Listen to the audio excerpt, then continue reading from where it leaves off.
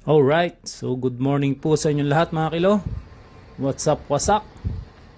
So going to motor vehicle periodic inspection again. Second attempt. So pasado na to, sure na to. Ito yung pinagbayaran dun sa pagpapa-align nung rear wheel. Right. So let's go. So ngayon lang nakakuha ng appointment. So bali need po ng appointment bago pumunta ron sa car inspection.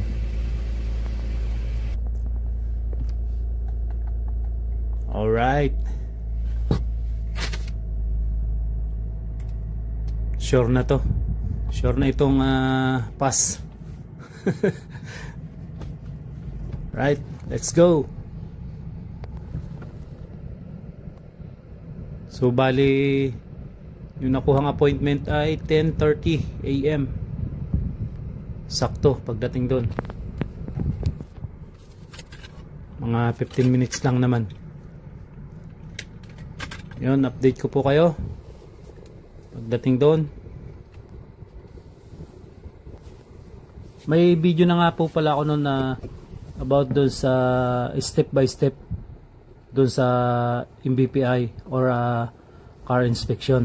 Ayan po, lagay ko na sa screen.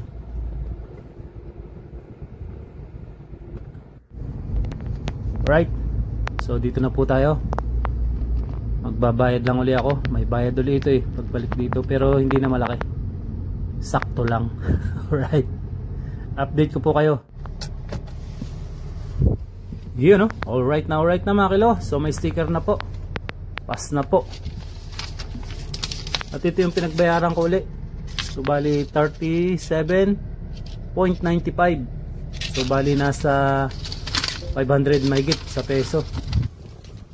Talagang ang hirap bagay mayroon kang 4 wheels or sasakyan. Sa maintenance na lang, yari na. So ito po yung sticker dito sa labas. So kailangan talagang paano po muna pa-car inspection bago i-register.